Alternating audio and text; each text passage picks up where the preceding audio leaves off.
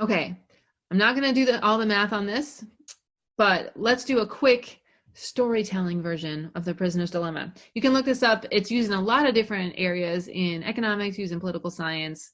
If you studied the Cold War, you might have learned about the prisoner's dilemma. But here's the basic idea. There's two criminals, Bonnie and Clyde. And Bonnie and Clyde are caught by the police. They've done a bunch of bank robberies, but all the police can catch them on is a parking ticket violation. So they're both sitting in their separate rooms, and the police are putting these lights on them, and they're saying, where were you on the night of the 4th? They're saying, we think that you did this bank robbery, and you need to confess it. And now Bonnie and Clyde are each in separate rooms, and they have to decide if they're going to confess or not. But here's the deal. If they confess, the police are going to cut them a deal. They're going to let them only serve for the parking ticket, and then they're going to go off scot-free. So they would serve 1 year in jail, say. But if their partner rats them out that they did this bank robbery, they're going to go to jail for 20 years.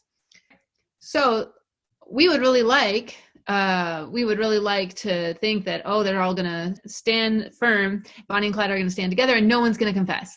But if no one confesses, then they're going to go to jail for 3 years. That is the problem. So think of Bonnie sitting in this room. If she doesn't confess and Clyde doesn't confess, she's going to go to jail for 3 years. If she decides to rat out Clyde, then she's reduced. She doesn't have to go for 3 years. But if Clyde does it, she's going to have to go for 20 years. So the prisoner's dilemma is this problem that there's a really good incentive to rat out your friends because your life is going to be better. And if they rat you out and you don't rat them out, then you're going to jail for 20 years.